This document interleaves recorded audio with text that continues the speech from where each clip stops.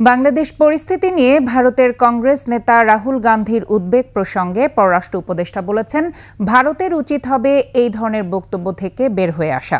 বর্তমান সরকার উগ্রবাদিতা সমর্থন করে না। এ সময় দুর্গাপূজায় ভারতে ইলিশ রপ্তানির সিদ্ধান্ত সংশ্লিষ্ট মন্ত্রণালয় নেবে বলেও মন্তব্য করেন উপদেষ্টা মোহাম্মদ তৌহিদ হোসেন। একটা যে ন্যারেটিভ যে শুধুমাত্র একটি দল ছাড়া বাকি সবাই উগ্রবাদী, এই ধরনের একটা ন্যারেটিভ প্রচার করার চেষ্টা হচ্ছে মিডিয়াতে। আমি মনে করি যে এটা থেকে ভারতের বের হয়ে আসা প্রয়োজন। যে সরকারে যারা আছেন, একমাত্র ওয়ালটন এসি দিচ্ছে 1 বছরের রিপ্লেসমেন্ট গ্যারান্টি।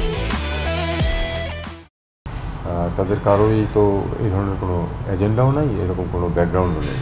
এবং আমি বলেছি যে এটা সরকারের যে রিলেভেন্ট মিনিস্টার আছে তারা সিদ্ধান্ত নেবে। আমরা তো আর মাছ এক্সপোর্টের সিদ্ধান্ত নেই না, এটাই।